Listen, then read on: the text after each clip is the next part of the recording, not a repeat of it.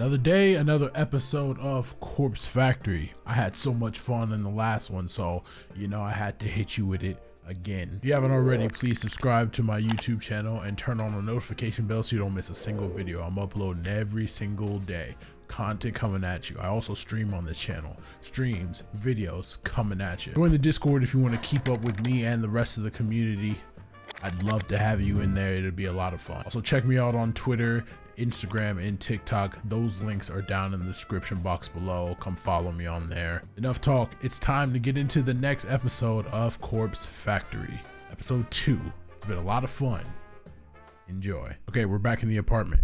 Let's get it. I return home to my quiet, cramped apartment after work.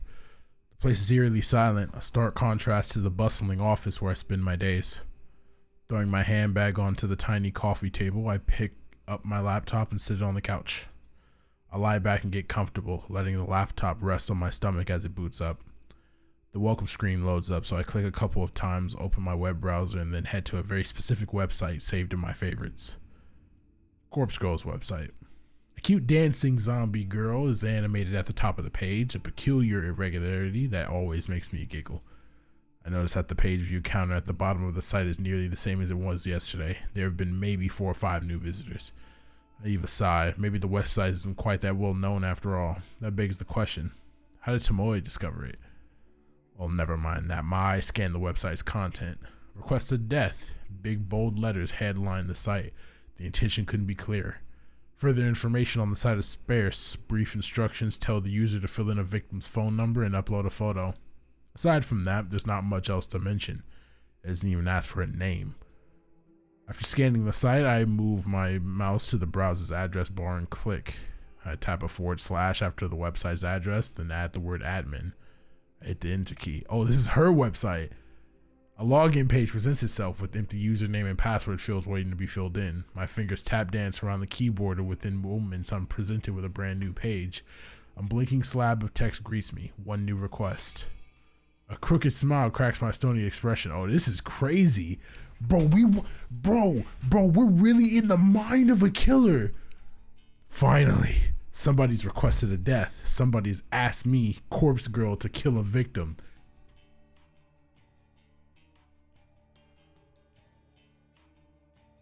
We starting off like this in episode 2? Oh, hell yeah, this is fire. This is where things get exciting. I giggle and feel my cheeks flush red. This is the first request I've had for about a week. I've been logging in every evening, fingers crossed that somebody's elected a new victim for me. Today my wishes come true. I can't help but feel emotional at a time like this. We're literally playing as a psychopath. We are the bad guy. I'm fucking with this. My lower lip trembles and I fear tears welling up. I dab the corner of my eyes gently to avoid smudging my makeup. As I hover my mouse cursor over the view request button, a familiar and pleasant tingling sensation surges in my chest, my stomach, my thighs. I shiver with anticipation, my hot and steamy breath beginning to fog up the laptop screen. I click the button. Request details. Today, 2:47 p.m. local time. Victim's phone. Downloading image attachment. The victim's photo automatically loads on my screen. The person in front of me is a total stranger, but that's okay. It doesn't change the task set out before me. A woman, rather plain, in her early 30s. She's well dressed with minimal makeup, and she's not really putting her personality on display. It's a nice photo, better quality than some of the images I've received in the past. In fact, the photo looks like a corporate ID picture. I wonder if it was downloaded from a company database or website. Well, the source of the photo doesn't matter. The simple fact of the matter is that somebody has made a request for this person to die. It falls to me to fulfill that quest, and as Corpse Girl, I take requests very, very seriously. This is insane, bro. I have the victim's photo, and I have her phone number. All I need now is to select a way for her to meet our untimely demise. I've previously thought about including an extra field on my website, an option for the user to choose the way they want their victim to die. After all, it would reduce the amount of strain on my creativity if the method was decided for me. But after careful consideration, I decided against it. Some people are sick, twisted. The cause of death could be far beyond my means and impossible to achieve. Therefore, allowing the user to define the cause of death just isn't feasible. Instead, I'll stick to my current modus operandi. Everything depends on the quality of the victim's photo. If it's detailed and the victim's features are usually distinguishable, then I can be rather creative with the cause of death. Perhaps the victim's face suffers grotesque burns, or she has an iron stake thrust through her skull.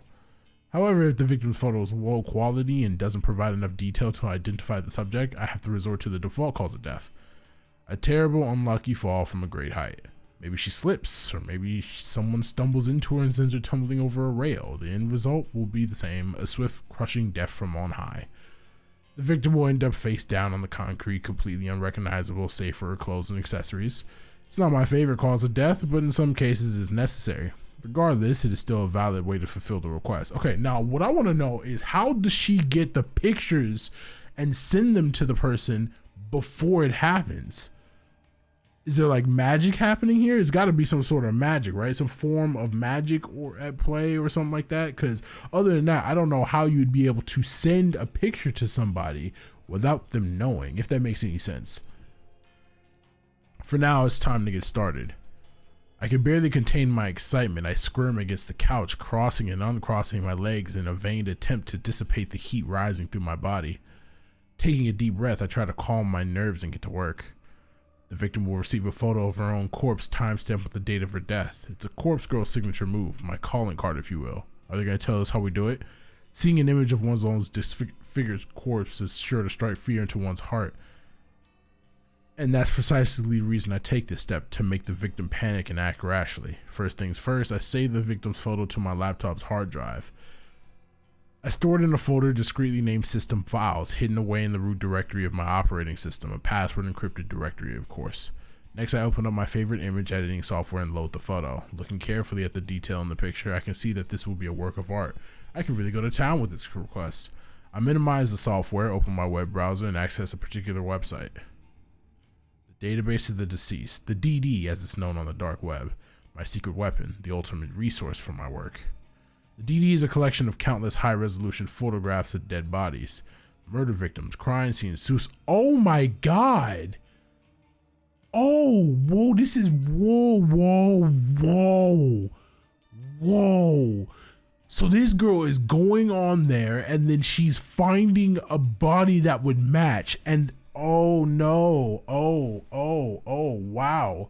Okay, so this girl, I believe, I could be completely wrong here, but this girl is getting the requests for the death request. She's getting the death requests, and then she's using the picture not only as a frame to know who she's supposed to be killing, but then she goes on this database of the deceased website, and then she's going to find a body in a morgue that resembles enough to the picture she uses, and then she uses that body and her makeup skills to dress up that person like the one she was requested. So the picture we just got, that just made me think of the girl in the beginning. Okay, I think her name is Ari. When Ari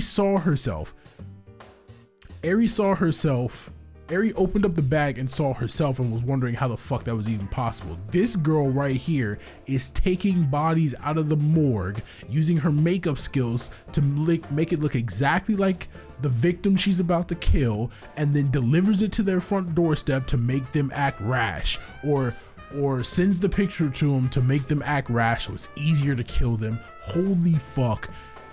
Wow, I did not see that coming. I did not see that twist coming.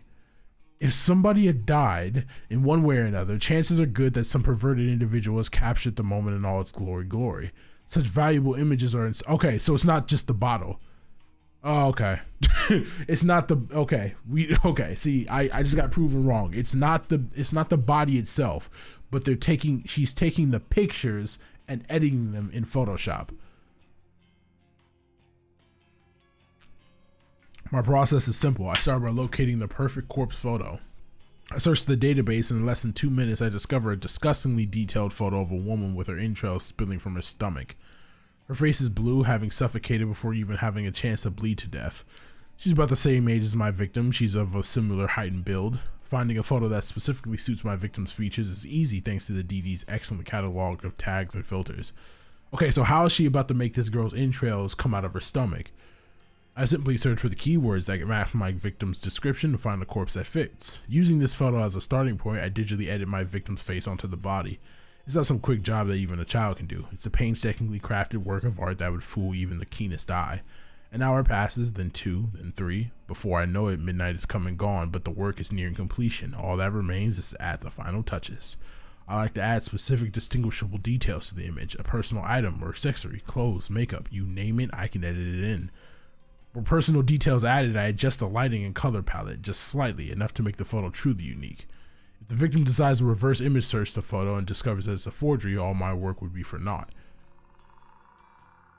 And with that, the masterpiece is complete. A grisly, gruesome, gratuitous, gory gift for the soon-to-be departed. Okay, so she's about to go cut this girl alive. This is going to be wild to see. The victim will receive this photo of a corpse that is, for all intents and purposes, a perfect replica of her own physical form. She will open the image on her phone and the life she once knew will crumble to pieces. My lips curl into a satisfied smirk during my hours of work, and my breathing eventually steadied. My excited nerves settled into a zen-like calm. Okay, now here's the question. When Ari died, she died right on she died on a flower bed, right? She was sent a picture of her dead on a flower bed, and then she ended up dying on a flower bed that looked the exact same. How the fuck is she gonna make this work? But seeing the finished art piece now, I begin to feel my heart pounding once more. The macabre vision before me is exhilarating. Adrenaline and dopamine surge throughout my body, giving me a sudden head rush of bliss. To say that I'm attracted to the sight of blood and guts would be misleading. No, I'm not into that at all. The excitement stems from the thought of taking control of somebody else's life, dictating their future, controlling their fate. For with the creation of this image, I have taken the victim's life into my own hands like a puppet master pulling the strings of a marionette. By forging this convincing creation, I will compel the victim to take her own life. That's right, my own hands need not become stained. The hands of Corpse Girl have never been dirty with the blood of a victim. Okay, so she's not even, this girl's about to, that's crazy. You're telling me that Photoshop is enough to have these people kill themselves. That's actually wild. This is the true nature of my work, carefully crafting corpse photos in such a way to convince the victim that their fate is already sealed, that no matter what they can do, they cannot escape the death that awaits them, and that the date stamped on the photo is the icing on the cake, the ultimate driving force behind the victim choosing to end their own life. A date so near in the future, a time that has not yet occurred, a fiber of uncertainty carefully interwoven into the image that causes the victim to pause and consider the possibilities. Is this photo from the future? Is this truly my fate? How can I unruin a future that has been pre-decided? I do it myself. These are the thoughts that run through a victim's mind. Despair and dread flood the senses. Overwhelming anxiety gives way to calm acceptance. This is my dead body. This is how I die. Why should I fight it? And when the victim's last vestige of resistance gently breaks, like a silk spiderweb being torn by a cool breeze, they finally give in. They invite their end. This is the way it will go down for this woman, this complete and total stranger. I'm confident, certain, convinced. What if this woman is just like, but what if this woman's just got ironclad mind? She's like, yeah, nah, fuck that. What happens then? What do you do then, Corpse Girl? You gonna tell me what's going on? You gonna tell me how you work that? Like, what if you get a request for somebody to kill somebody, and then you like go through this painstaking effort to like edit it and all that shit, and then the person you send it to is just like, yeah, no, this is fake. I don't give a fuck. And then they don't do anything. They just sit there in their house, and then the shit passes, and they're like, oh, I guess I'm alive. Now what? Now you gotta go kill somebody. It was a sudden spark of inspiration that guided me to begin fabricating corpse photos about a year ago. Is this burning on the edge? No, I thought that was moving. I was like, what? I can never quite recall exactly what was it that spawned the idea. Sometimes I get close to remembering, but the recollection dances at the edge of my mind and slips back into the darkness. Regardless, I ventured down a dark and dangerous path. I built Corpse Girl's website and invited strangers to request the deaths of people they knew. It was a sales tactic, simply a way to encourage users to submit images. I had no intentions or means of ending lives. Little did I know of the true power I wielded. I only intended to create corpse photos and send them to people for fun. I wanted to start on scare some unsuspecting fools. It would be a lie to claim that I didn't get off on it. The thought of people shrieking in fear at the sight of their own corpse was more than delicious. It sated my budding lust. It filled a dark hole in the depths of my soul and gave me purpose. Never in a million years did I dream that one of my corpse photos would result in the death of another human being. I'll never forget her name, Rui How to know? This is a little girl. Okay, this is fucked. 20s. Okay, never mind. That's not a little girl. 20 something, slim, gorgeous, eyes that took my breath away the moment I gazed upon her portrait. She was the first person to make me feel bad about crafting hoax photos, the only person to make me feel bad about it. But I did it anyway. Corpse Girl never rejects a request. It's my conviction. I forged a beautiful rendition of her death. Thanks to some rather macabre source photos obtained via the database of the deceased, I strung Rui's corpse up in a field like a ghoulish scarecrow. The photo was incredible. It was my 5th or 6th work, the 5th or 6th time a user of Corpse Girl's website requested a death. Rui Hachino died just hours after receiving the photo. I don't know why, I don't know if she killed herself or if someone murdered her. But I know one thing. Rui Hachino's body, her real body, was found in a field hanging like a scarecrow surrounded by crows. Her eyes had been gouged out of her skull and her stiff fingers clutched her phone tightly. According to the news report, her phone displayed a familiar image, the very image I created of her corpse. When I first learned of Rui's death, I was overcome with various emotions. I felt sick, elated, disgusted, overjoyed, depressed, aroused. What is up with this woman, bro? Had I somehow caused her death? Was Corpse Girl responsible for taking a life? Even though my hands weren't stained with blood, I still felt responsible. A lurid truth descended upon me at that moment. Corpse Girl held the power to end lives, and the more I dwelled on that fact, the more obvious it became to me. I began to feel that power pulsing through my veins, thrumming in my blood as my heart pumped and pounded within my chest. I can't explain how the power works, and I don't know why I have it. But somehow, the corpse photos I can create can compel a victim to end their own life, or compel someone else to end it for them. Rui died in the way I envisioned. Her dead body matched the fake corpse photo I painstakingly crafted.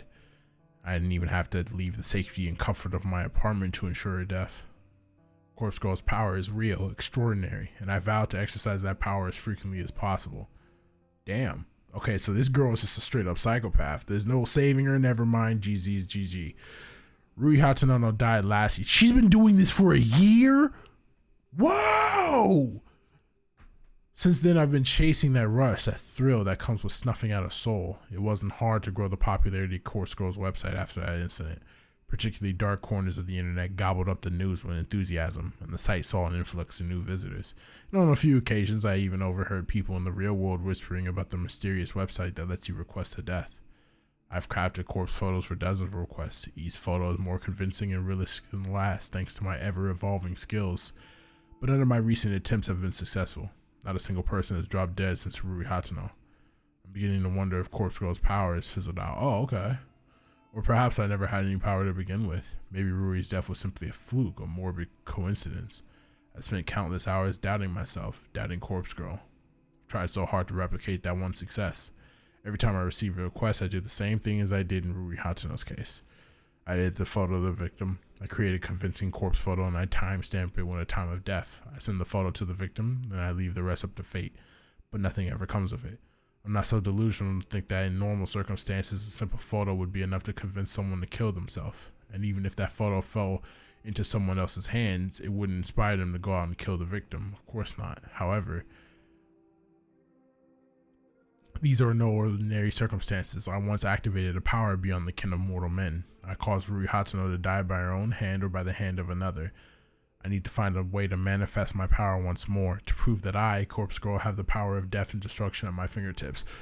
Okay, so now we're back. The theory is back. She's about to take it a step further. She edits the photos and then she's going to go find that body and then deliver it. Remember, Aries saw the body and that drove her to the point of suicide, right? That drove her to jump and kill herself. I think it is very simple what's about to happen here, bro. She's about to start, literally the front page, the game starts with her sitting on top of a slab that was in the morgue. She's about to level her up her technique by using bodies in the morgue and then dressing them up with makeup to make it look exactly like the person she's trying to kill, and then that breaks the person's psyche and they kill themselves. Once a new victim perishes, I know it will pave the way to more and more deaths. My website will gain popularity and become more than just an urban myth. People will live their lives of fear, forever wondering if Corpse Girl is lurking behind the next text message they receive. Yes, I can see the future I crave so clearly in my mind. I'm close to achieving my goal. I know I am. And when my dream comes true, I can finally what? Are you asking for death? Is that what you want? Okay, doesn't matter. Time to go back to work. The incessant chirping of birds gently kindles the embers of my consciousness. My heavy eyelids open to find my body contorted before me, legs sprayed across the couch in the most uncomfortable position I can imagine. I groan and twist my torso, letting my spine pop and crack until the aches in my body drift away. I need to stop falling asleep on the couch. I'm still young, but I can't handle a night away from my comfortable bed. My eyes fall upon my open laptop lying on its side on the floor. The screen is blank, the battery drained. I briefly panic, hoping against hope that I save my work before falling asleep. I stumble to my feet and pick up the laptop, then charge towards the power outlet. I plug in and boot it up, revitalizing the mechanical beast and feeling a wave of relief as the whirring of the internal fan signified the breath of life. The screen flickers and bathes my eyes in a harsh light. My eyes squint against my will and I make out the image before me. The mutilated corpse of my latest victim. Perfection in picture form. The timestamp in the lower corner reads May 27th, 11:07 a.m., tomorrow's date. The photo is ready to be sent out. If I send it now, the victim will receive it immediately, notice the date, and realize her death is imminent. It's time to set the wheels of demise in motion. Leaving my laptop at the outlet, I quickly dart into the kitchen. Well, to call it a kitchen is misleading. It's simply a tiled area connected to my living space with a small refrigerator, microwave oven, and a single hot plate. A small stack of drawers is nestled next to the fridge, and I pull over the second drawer from the top. Plunging my hand inside is always an odd sensation. My fingers get buried underneath a dozen cheap plastic flip phones. I grasp one of the phones between my thumb and forefinger and remove it from the drawer. It's a scratched up pink model from 2010 or so, a relic from a time all that not long ago, but that may as well be forgotten. I flip the screen up and still turn the device on, relieved to see this artifact still holds power. To be fair, I charged up all these phones just a few weeks ago, but the fact that they retain a charge after being inactive for so long is a testament to their engineering. In any shady line of work, these kinds of phones are referred to as burners, cheap, disposable devices that are discarded as soon as their purpose is fulfilled. I acquired them by rather unsavory means, but that's neither here nor there. I use these phones to send out the photos I make. By doing this, I avoid using my personal phone and thus prevent anything from being traced back to me. When a photo has been sent, I keep the burner phone for 24 hours, just in case the victim sends a reply. I know I'd get a good laugh out of that. Of course, I don't keep the phone on my person. I stored it in an old shed out the back of my apartment building. When 24 hours have passed, I remove the phone's SIM card, snap it in half, and discard it with the combustible trash. The phone itself gets smashed and trashed in the dumpsters outside a convenience store. I also delete the photos off my hard drive and clear my internet history. Obviously, I don't even use my own internet connection at home. I leech off my gullible neighbor's Wi-Fi. He's under the impression I can't afford my own internet connection. Whether or not I convinced him of such is irrelevant, so he's happy to share his connection with me. Should the police ever try to track my actions, they'll only be led straight to my neighbor. I've gone to great lengths to ensure my actions are untraceable. This has all been in anticipation of my inevitable success. Looking down at the pink phone in my hand, I clear my mind and focus on the task before me.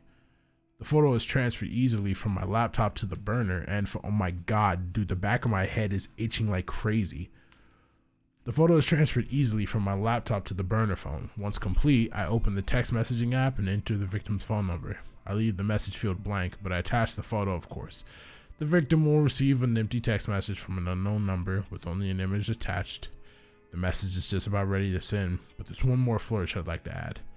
I open up a particular app I previously downloaded to every burner phone. It's simply called Number Mask. It's one of the most ingenious apps I've ever used. The app asks for the number I want to use. I punch in my memorized trademark, 666-33, 666-22, 666-44, 666. Now when I send a text message, the receiver will see these numbers appear on the caller ID. Not only does it mask the burner's real phone number, but it's an extra calling card to help boost my infamy. I smirk, my thumb hovering over the send message button. This is it. This is going to be my long-awaited victory, the second victim to end up dead. I just know it. This is the stepping stone to my success, the second of many bodies that will pave the way to my glory. I send the message. This girl's not about to die. I'm telling you, she's about to just ironclad say fuck you. I arrive to work on time, just as usual.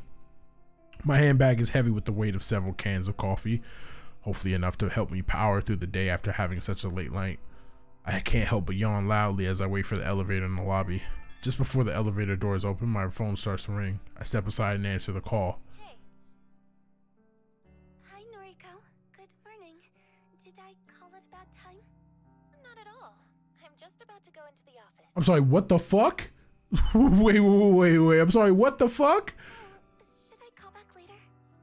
It's no problem. Don't stress. Okay, sorry. The nervous, apologetic girl on the other end of the call is Aoi Sato, an old school friend from back in the day. Though we never really had any common interests, we used to be inseparable at school. She was shy, I was introverted. It was a combination that worked in our favor, even if our conversations were a little on the boring side. To say that we're no longer shy and introverted wouldn't be entirely true. Aoi's gotten better. She's definitely more outgoing, but she still suffers from a great deal of social anxiety. As for me, I'm still pretty introverted. My tolerance for being around other people has improved a bit, but I do prefer solitude, and visiting places I've never been to before puts me on edge. To call Aoi my best friend would be accurate. She's my closest confidant. Even so, she knows nothing about my part-time masquerading as Corpse Girl. No one does, and I plan to keep it that way. I feel like that shit is gonna change, because remember, Aoi was the one that told Eri about it, and then Eri ended up dead in the next day. Did Aoi kill Eri? Bro. Hello, Aoi. What did you want to talk about? Oh, well, you see, that guy at work is still bothering me, and I wanted to see if you had any more advice for me. Oh yeah, he's dead. He's dead. She about to tell this boy. Jeez. The older guy that always hits on you? Yeah. What a creep. You're 19, for God's sake. He must be, what, 50? I think he's 52. That's even worse. You know his actual age? Well, whatever. If he's still bothering you, you have to take a stand. He's not your coworker, right? Just a regular customer? That's right. Then tell your manager. Have him banned from the venue. I can't talk to the manager.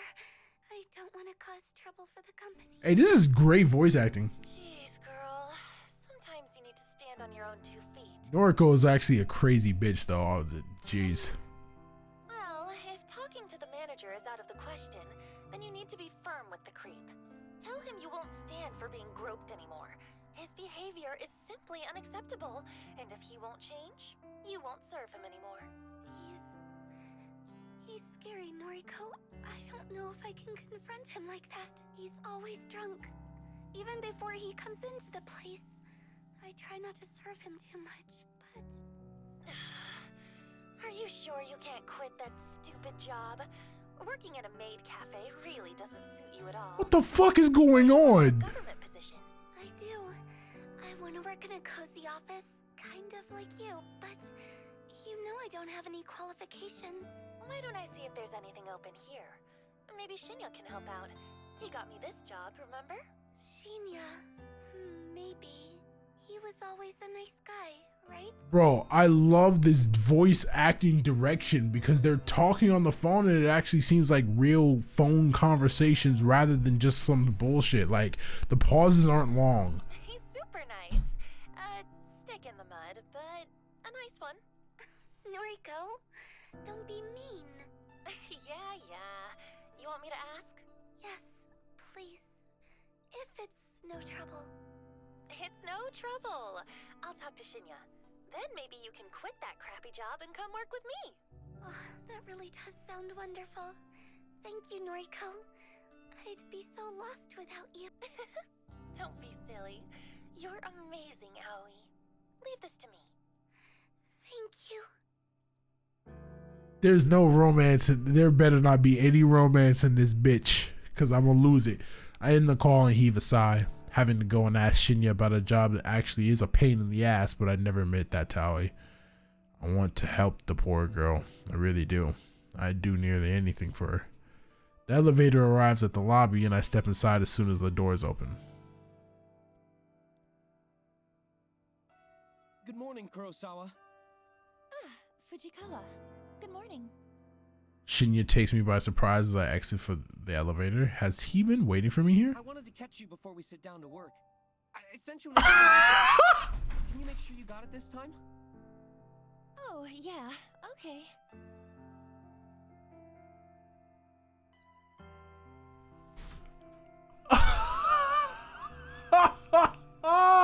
Bro, my boy is down horrible. Oh my, look at him. Look at him. Look at him, bro. Look at him. This is ridiculous, dog. Bro, stand up. What am I supposed to do when he puts me on the spot like this? I try not to groan as I get my phone out and open up noise. It's impossible to hide my screen from Shinya's piercing gaze. You just gonna have to accept it. Well, what do you know? I have a new friend request. She over here struggling. Oh, great. It worked this time. Go ahead and accept it, please. Sure thing.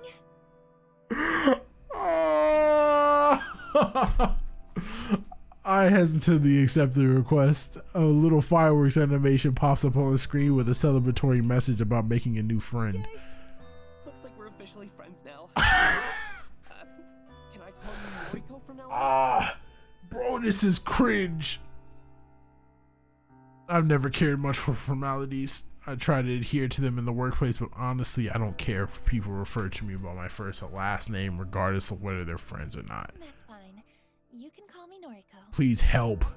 Shinya's eyes light up. That seems to have made the boy happy. Bro, please get me off of this. Thank you. Ugh. Oh, you can call me Shinya, of course. Oh, this is... Shinya.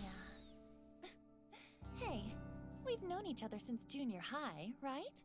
Shouldn't we have been on a first name basis anyway? Yes, that's true, but Ah, now, you know? ah, It wouldn't do if you started working ah, with Shinya right away. ah, I suppose. ah, please. I'm really glad we're proper friends now, Oh, Noriko. God. Maybe we can get a coffee Oh, sometime. bro. This is so cringe.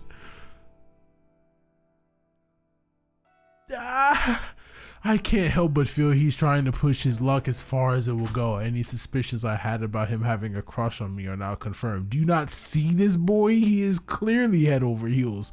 What is this girl on about? Is she tripping? She might actually be tweaking. I brush a stray lock of hair out of my face and smile as sweetly as I can while I change the subject. You could have just turned him down. You could have just been like, I'm too busy right now.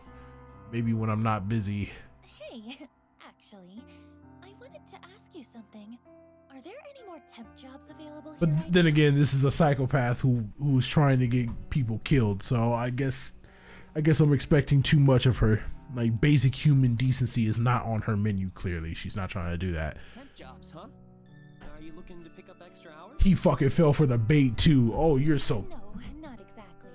I'm asking for a friend who needs a new job. A friend of Noriko's. Well, let's see. We pretty much always have data entry roles up for grabs. Unless your friend wants something more interesting? Do they have any particular qualifications? What is data entry? Not really. Data entry is more than fun. Ouch. Actually, you already know who I'm talking about. Remember Aoi Sato? Aoi Sato. Yes, I think I do remember her. That really shy girl from our school days, correct? That's her, yeah. Wow. I never knew you were still in touch with school friends, Noriko. Aoi's probably the only one. We're fairly close. Is that so? Ah, As for me, I don't really have any friends from about to start cringing again. Please get me out of here. Shinya's heartbreaking confession doesn't surprise me too much. He doesn't strike me as the type of person to have many friends at all. Sure, I'm the same, but... Oh. What am I saying? Ah, We're friends now. So I guess I do keep in touch with school friends. Yeah, I guess so. oh God, bro. I'm I'll sorry. ask my superior if we can get Sato an interview. Is that okay? I'd really appreciate that. Thank you, Shinya. No problem. Leave it to me. He gives me an awkward salute before skipping away. Our little exchange has obviously made him pretty happy. For some reason, something that Tomoe Watanabe said pops into my head. She mentioned that I'm leading Shinya on, but that's not true, is it? I shake the thought out of my head. I'm just being nice to him. That's not wrong, is it? I take a seat at my desk and perform my morning ritual. From my handbag, I retrieve my headphones, coffee, and breath mints. Computer on, music playing, coffee open. My fingers tap rhythmically against the keyboard, and I slip into the usual workday trance.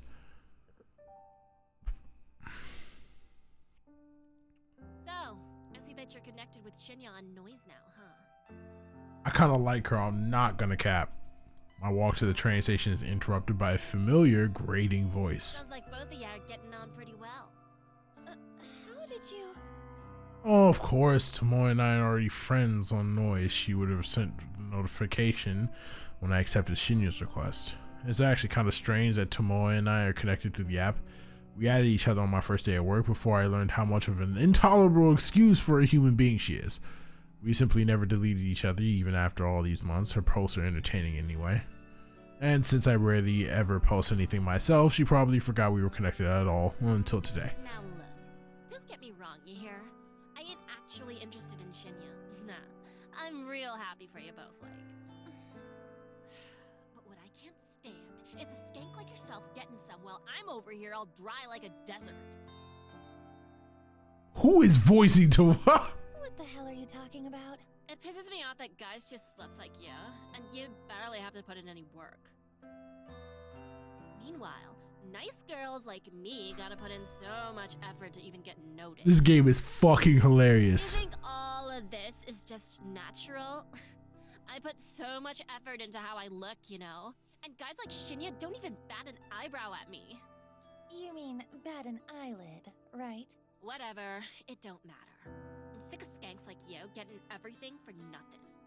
Look, let me be honest with you. I'm not interested in Shinya, and I'm not trying to be with him. I don't chase guys, and it's pretty rare that they chase me. You've got me all wrong. Like I'd believe you. Do you spend your time chasing chicks then?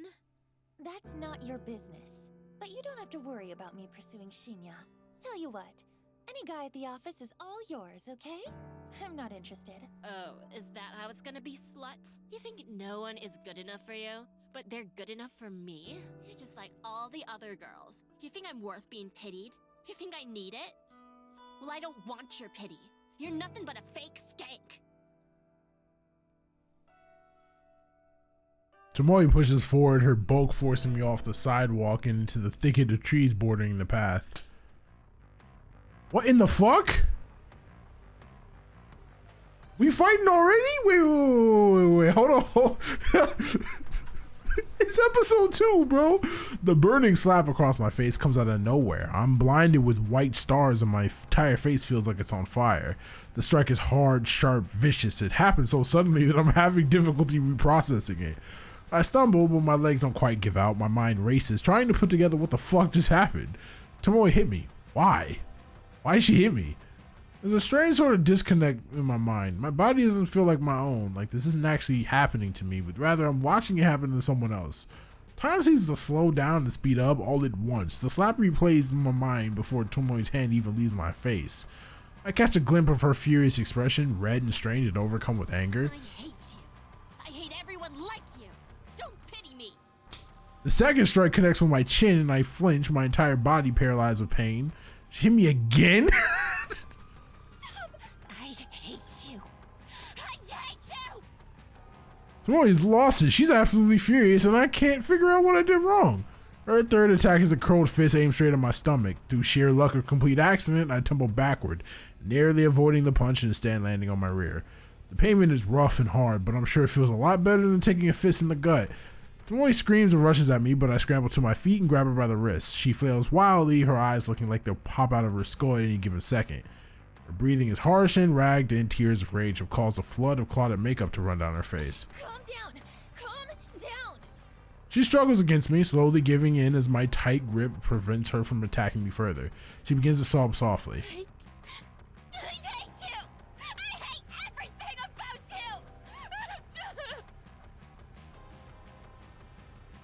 With a great pull, Tomoe frees herself from my grip. She steps away, cursing, and then runs past me. I blink in disbelief as she breaks into a sprint, heading in the direction of the train station. I raise a hand to my tender face and touch it gently. The stinging sensation is completely new to me. Never before have I been attacked like that. What the hell was all that about? I can't believe she hit me. Why the fuck? The pack of frozen vegetables pressed against my face soothes my swollen jaw, but it does very little to calm my nerves. I'm still on edge after what happened today. Tomoe actually physically attacked me, all because I said something I'm not sure what, that provoked her anger. Maybe that girl's more complicated than I gave her credit for. Seems like she just has her own inner demons just like the rest of us. I've replayed the event in my head 100 times since returning home. Without confronting Tomoe about it, I don't think I'll ever figure out what incited her aggression. But I don't plan on talking to her about it anytime soon. I wouldn't say that I'm scared of her, but I don't exactly want to encourage a repeat performance. I rest a bag of frozen vegetables on the small coffee table next to me. I think I've done all I can to reduce the painful swelling for now. Are you about to get up? Wait. Sighing and leaning back, I let the soft padding of the couch consume my body as I sink deeper. My eyes glaze over as I bring my phone to my face. My fingers lazily tap and scroll as I look through a carefully curated obituary newsfeed that lists deaths that have been reported throughout the day. Using a set of handy filters, I narrow the feed down to include only women's deaths in the age range of 30 to 50. I set the location to cover all of Japan. I immediately exclude any results that mention natural causes of death. I'm looking for more specific cases, suicide, or as more often reported, accidents. Of course, I'm looking to find out whether my latest victim has offed herself yet. Jesus. Should this search string return with no results, then it's pretty easy to look up recent murders. They're few and far between. Between suicides, accidents, and murders, I've covered all the potential ways my victim could die. 9 out of 10 of the search results include a photograph of the deceased. Not a photo of their corpse, mind you. This isn't the database of the deceased I'm looking through. Rather, it is usually a nice, flattering picture of their recently departed, submitted to by their kin to go along with their obituary. I use the photo submitted with the obituaries to compare and match with the images of my victims. This is the only reliable way I have to discover whether or not my victims have perished. If I knew a victim's name, I could easily look up their current fate, but my website doesn't ask for that information. Call it respect from the victim's privacy, but there's a lot more to it than that. But that's a topic to dwell on another day. Tonight's search turns up no solid leads. I'm disappointed, but this result isn't entirely unexpected. After all, I set the date on my latest victim's photograph to tomorrow. There's no time for her to freak out and end it all. I decided to go to sleep early tonight. I'm not even feeling hungry enough to eat the cheap convenience store meal that's been sitting in my fridge since yesterday. Though, if I go to sleep now, it'll feel like tomorrow's arrive sooner. Tomorrow. I have to see Tomoe at work. There's no way I can avoid her since her desk is so close to mine. The idea doesn't sit well with me. On the other hand, my victim might conquer herself, which would definitely make me feel better. It could very well be my next success, and the suspense is just about enough to kill me. Tomorrow.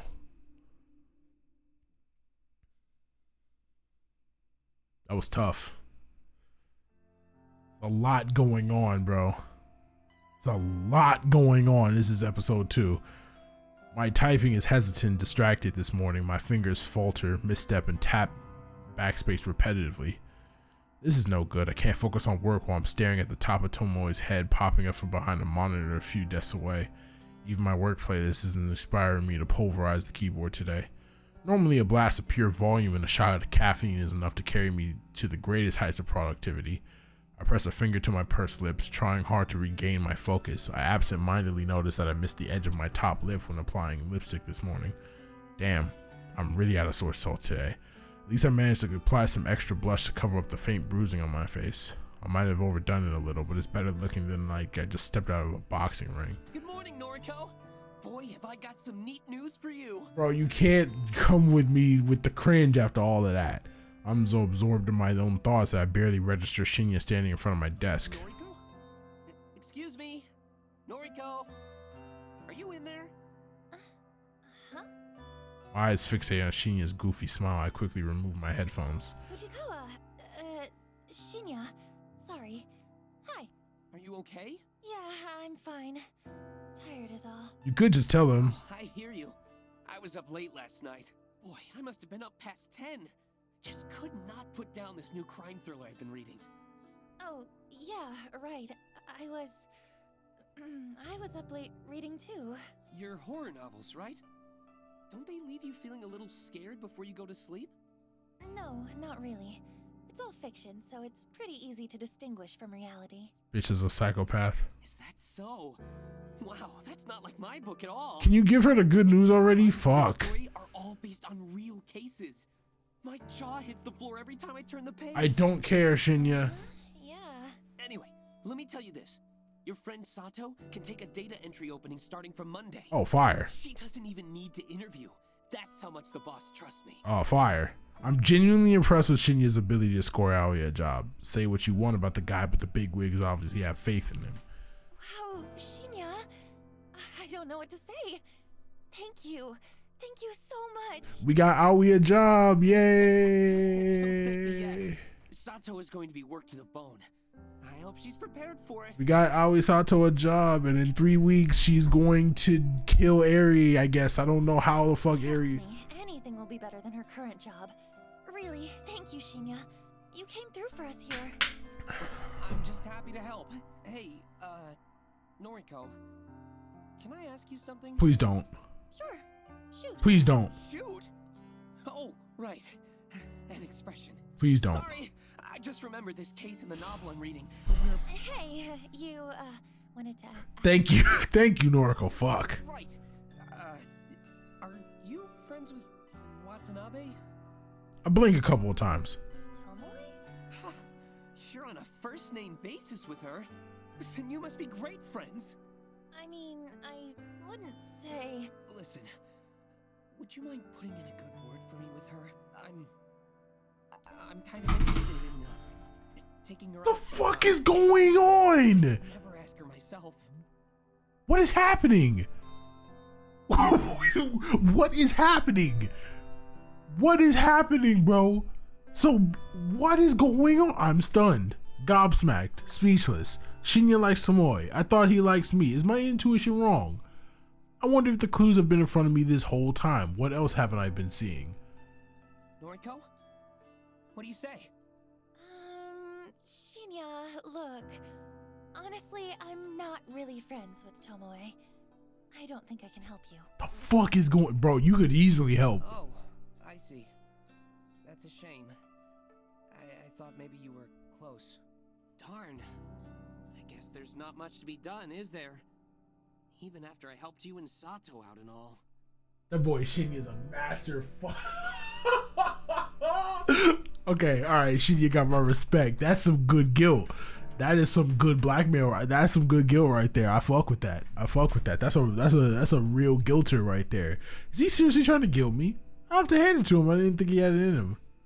I suppose you can just tell Sato to start work on Monday morning. This motherfucker's a god at this shit. See you around the office then. He is a god. He is a god at that. Wow, that was perfect. He pulled that shit off amazingly. Shinya leaves and I bury my face in my hands. Has this world gone mad all of a sudden? Shinya likes Tomoe, not me. It's not that I'm disappointed. Hell, I don't have feelings for the guy, but for him to be interested in someone vapid like her just blows my mind. To add insult to literal injuries, Tomoe assaulted me yesterday. She has a vicious, violent side to her that Shinya doesn't know about. He could be in real danger if he pursues her. I'm completely unable to process what I should do. Shinya scored Aoi a job and I'm truly thankful. Do I feel like I owe him one? Should I ask Tomoe out for him or warn him about her? I need to clear my head. I decide to step away from the desk and visit the restroom. Are they gonna let me pick? Because if they're gonna let me pick, I'm for sure helping my boy Shinya out. Though I've no need to use the restroom, I enter a stall and lock the door behind me. Sitting on the toilet's closed lid, I lean back and exhale. I'm getting too caught up in office drama. That's what the issue is. It's unlike me. I'm supposed to be stoic, unflinching. It's my ideology, my entire identity. My emotions are better locked away than stitched on my sleeve. I'm Corpse Girl, for crying out loud. My purpose is bigger than all of this. I'm destined for greatness. The day will come when people fear my name, right? I shake the doubts from my mind and pat my cheeks. I'm doing all this for the right reasons. I know I am. If I start doubting myself now, I'll never see my mission through. An unfamiliar jingle rings out through the restroom, echoing off the walls. It sounds like a phone alert, but where did it come from? It takes me a few seconds to realize I have my own phone in my hands and it's vibrating incessantly. I must have grabbed it subconsciously from my desk when I stood up. The screen's lit up and a message reads, "One new article matches your custom filter, dead body law." Wait, what? The auto's news feed that I set up last night, it actually located something? I hurriedly unlocked my screen to open up a certain app. Same app I was trawling through last night looking for obituaries. A little unread mail icon sits at the top of the screen, blinking and practically shouting for my attention. I hit the icon and read the information presented to me. Article posted online. Today, 11:22 a.m. Keywords found, 3. M's, accident, numerical data range, 30 to 50. Image data found, yes. Wednesday, May 27th. Miss Akane Tsurumaki, 36, of Chiba Prefecture, was pronounced dead this morning at her personal residence, 8:38 a.m. The chief coroner reports that Miss Tsurumaki was involved in an accident resulting in self-asphyxiation. Oh, so she hung herself. Miss Tsurumaki is survived by her husband, Mr. Goro Tsurumaki, 42, and their daughter, Miss Fu Tsurumaki, 1. Funeral service will be held on Friday, May 29th. They move quick with the funeral. What the fuck? View image attachment? I hurriedly tap the button and gasp as the image loads. It's her. The photo. It's unmistakably the same woman. Plain features, little makeup, no signs of personality. Akame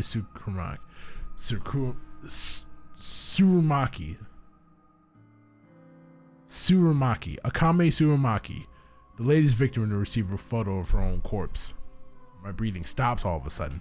I'm gasping for air, my cheeks on fire, my fingers numb. I did it. My meticulously crafted photo caused this woman to end her own life. An accident resulting in self-asphyxiation, meaning she died by suicide, strangled herself, or held her head down in the bath. The news never reports anything as a suicide. It's such a taboo topic in this culture. Everything is always an accident. All this time I've been trying to compel somebody to kill themselves. My corpse photos constantly becoming more and more elaborate, more and more convincing and realistic. And now somebody's died again because of me, because of Corpse Girl. I was right all along. I do possess power. I have the power to end lives through my work, my art. I've known it all this time, and I've finally proven it. Rui Hachino's death planted the seeds.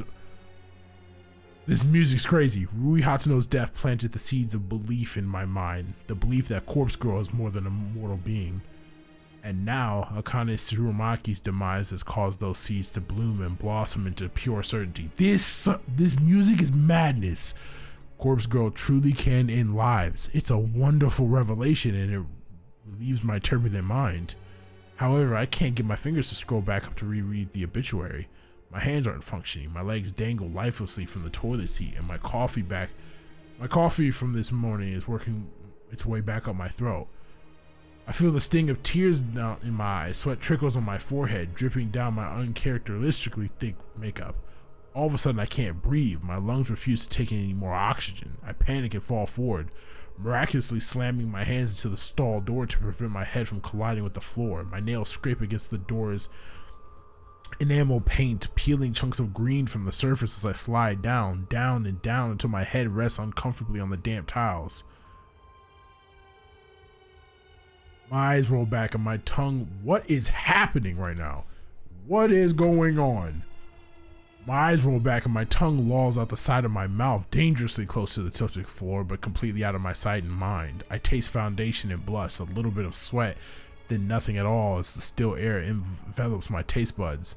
My photo killed that woman. That woman killed herself because of my photo. My photo killed that woman. That woman killed herself because of my photo. My woman killed that photo of herself because of that photo of the woman who killed herself in the photo. My eyes begin to regain their focus and my stomach turns, heaves and shakes, and warm coffee spills from my lips as I try to smile but only manage to gurgle. The gritty paint underneath my fingernails has a rough texture that I don't like very much.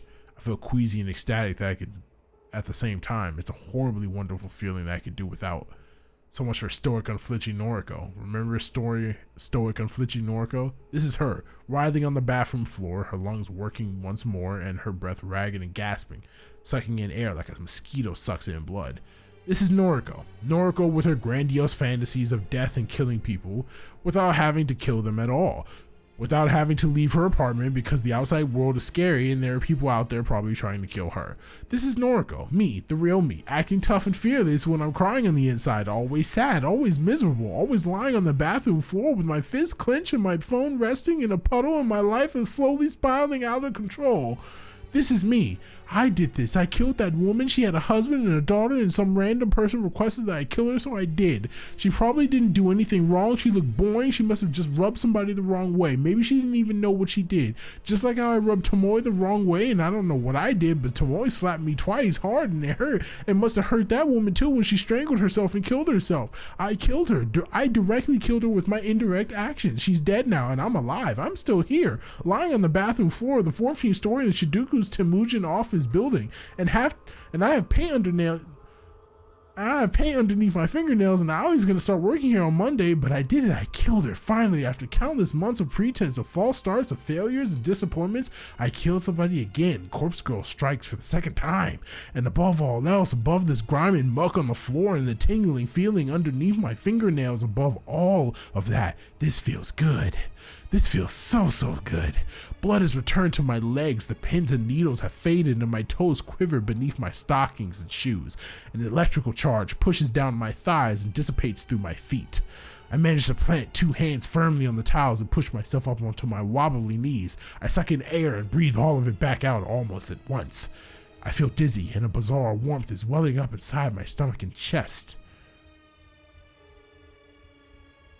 These are great pictures. These are great pictures. I managed to steady myself enough to sit back on the top of the toilet seat with my feet planted firmly on the ground and my hands resting on my lap. I try to regain my sense of self. I might have lost my composure a little bit upon reading the news, but who could blame me? Everything I've worked for over the last year is finally starting to pay off. My second victim is dead. With this, Corpse Girl's popularity is sure to rise. More and more people will issue requests through my website. More and more people will receive corpse photos, and more people will. She killed herself. She killed herself. Oh, how I wish I could see the real body. If only I could see her mangled corpse, drenched in sweat and finally at peace. I notice my phone is wedged between my wet fingers. I must have subconsciously scooped it up from the pool of muck on the floor. I try to ignore the sticky texture clinging to the screen. My fingers no longer numb. I scroll up and reread the obituary article. Dead, pronounced dead. My breathing staggers once again. My jaw gently lowers. Involved in an accident. Hot steam clouds my face, resulting in self-asphyxiation. I salivate unconsciously, a trickle of moisture creeping down my chin and dropping on my lap. This bitch is crazy. My cheeks are flushed, my vision slightly blurred. She killed herself because of me. I let out a gasp as my hips rise against my will. My toes curl, my legs stiffen, my skin tingles. I lean back against the cistern, a cold porcelain penetrating the thin fabric of my clothes and chilling my burning hot skin. My eyelids flutter as my mind hazes over. I can't control my body any longer. All the anticipation of the last few days, the tension building in my muscles. I can't. My legs tense up, my knees buckle, my neck tilts back. A whispered gasp slips softly between my lips. My phone falls to the ground and once more as my fingers slowly uncurl. The dull tink sound as it hits the floor is the last thing my foggy mind registers before I drift away. What in the fuck? You look like horse shit.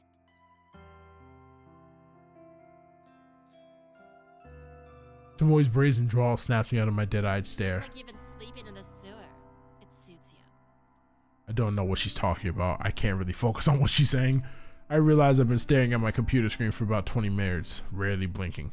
My mouth is dry as though I've stopped producing saliva altogether. A dull throb in my lap causes me to cross one leg over the other in an attempt to get comfortable. A dull throb in my lap. You know, I'm talking here. It's rude to ignore your superior. Bro, did she get off? Oh my god. I swallowed in an attempt to moisten my parched throat before speaking in a cracked voice. Do you need something? Thought you should know that Shinya and I are gonna hit the town on Friday night. Turns out he's fancied me for a while now. In the end, seems like the better gal won, don't you think? Seems that way. Is that all? I can tell Tomoe is trying to get under my skin, but I'm honestly not in the mood to deal with it right now.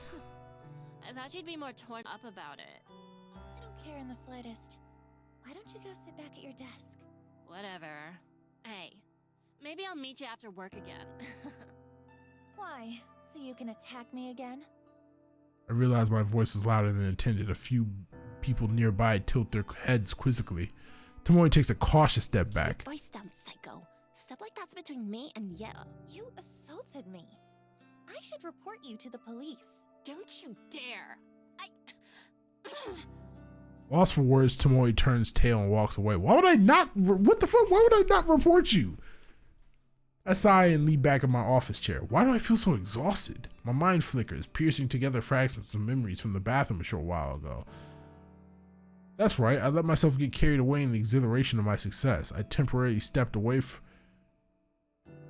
I temporarily stepped away from my own body and let my basest instincts take over, but I'm in control now. I'm myself again. I'm Corpse Girl, successful and feared. I can kill people as easily as I can manipulate a photo. People like Tomoe should be scared of me. People like Tomoe shouldn't mess with me. I'm in control now.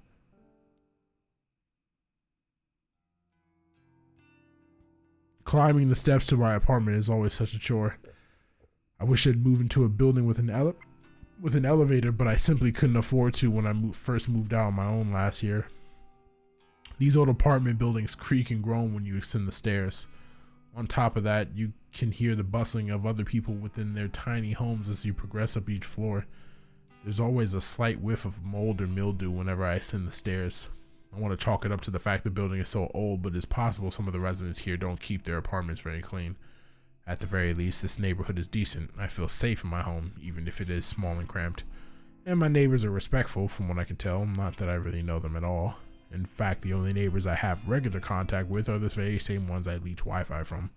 Some middle-aged, divorced guy named Kenji who lives on the floor beneath me and his daughter Momo. Kenji's a decent enough guy. He works overnight, which unfortunately means Momo's left home alone a lot in the evenings.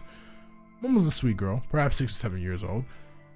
Occasionally I hear her singing drift up into my apartment, but it doesn't bother me too much. She's just a kid. It's the very same Kenji and Momo that I bump into when I'm climbing the stairs this evening. Oh, good evening. The fuck? Oh. Hello. We're just on our way to get some dinner. Isn't that right, Momo? Yes. That sounds nice. I hope you have a good meal. Thank you. Say, are you feeling okay? You look like you've been in some trouble. There's dirt or something all over that side of your face. I tilt my head and reach my hand to my cheek. Sure enough, dry muck has blended into my makeup and caked over my face. It seems like my eyeliner is smeared as well. Is this from when I fell in the bathroom? Damn it, have I looked like this all day? Oh, right. I try to make up some lies so Kenji doesn't worry about me. I actually fell asleep on the train home, and I guess the seats were kind of dirty. Is that so? You should wash your face and do your makeup again. I can help if you like. I can't help but smile slightly at Momo's generous offer. Thank you, Momo. I'll be sure to wash up and make myself look nice again. You should go have dinner with your dad. The girl nods resolutely. Well, I hope you're okay at any rate. Have you been working hard at the bank? Oh, actually, I just work at the head office for the bank, so... Oh, that's right. Sorry. Data something, right? Yeah, data entry. It's a bit dull, but I'm happy enough. That's good. That's very good. I know it's hard for kids like you to get good work in this economy. When you find a job like that, you really have to hold on to it. When I was your age, I could only find cleaning work. I must have had a dozen different janitorial jobs before I met Momo's mother. I blink a couple of times. It's not like I talk to this guy often. Really, we hardly know each other. Still, I've never heard him actually mention Momo's mother before. Most of the things I know about him I've just pieced together from context. Mom? Fuck. Of course, things are different now. I have Momo, and her mother isn't around anymore. Cleaning work doesn't cut it these days. I was really lucky to get into security. It means I can work overnight while Momo sleeps, and I can still take her to school every day. Security. Of course, now I remember. He did mention when we first met that's what he does for a living. If memory serves, he works for a private security company. I assume he guards corporate offices or parking lots, something like that. Anyway, what was I saying? Oh, yeah. Hold on to a job if you like it. That's very important. Kenji's voice actor is using like the greatest mic in the history of the planet. Bro is like so close up until the mic. He's just like right here. He's right here he's in the mic, bro. He's just in the mic. Thank you. I'm happy at Temujin, so I plan to stay there. Very good. Oh, Momo was telling me earlier what she wants to do when she grows up. Weren't you, Momo? Dad? Come on now. Tell Nariko what you want to be. A scientist. Oh. Wow, a scientist. That's a great job. I'll be rooting for you, Momo. Momo needs head pats. The girl blushes and hides behind her dad. She's inherited her mother's book smarts, I'm certain. She definitely didn't get her brain from me. Anyway, we're gonna get going. Enjoy your evening, Nariko. Thank you. You too.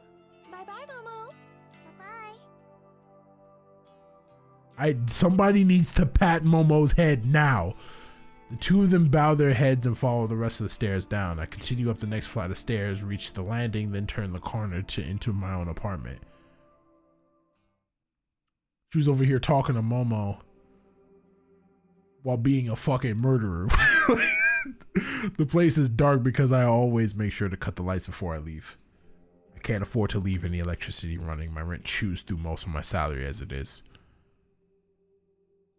I flick on the lights and feel relief as the living room illuminates. My faithful couch and TV emerge from the shadows and I immediately feel at home. After throwing my keys and bag onto the coffee table, I slump down on the couch. What a day. I have an overwhelming urge to pull out my laptop and check my website for new requests, but my body needs comes first. I'm desperate for a hot shower. I'll need to cleanse my face, scrape the paint from underneath my nails, and I'll definitely have to slip into a fresh set of underwear. That's crazy. Whatever happened in that bathroom today took its toll on my body and my clothes. Well, the night is young. I can relax later. For now, it's time to start scrubbing. That's actually insane, bro. That's insane as fuck. That's wild. That's fucking wild, bro. That's fucking wild, bro. This girl made herself come off of killing somebody. That is like next level. That's like next level delusion right there. I don't even know what the fuck. That girl made herself come off being a murderer. I did not see this twist coming at all. Like, not even a little bit. What the fuck? If you guys haven't already, please subscribe down below and turn on the notification bell so you don't miss a single video. I stream on this channel. I upload every single day. You're getting content from me. Please subscribe. I'd really appreciate it. Also, check out my social media. Follow my Twitter, my Instagram, join the Discord if you want to keep in touch with me and the rest of the community.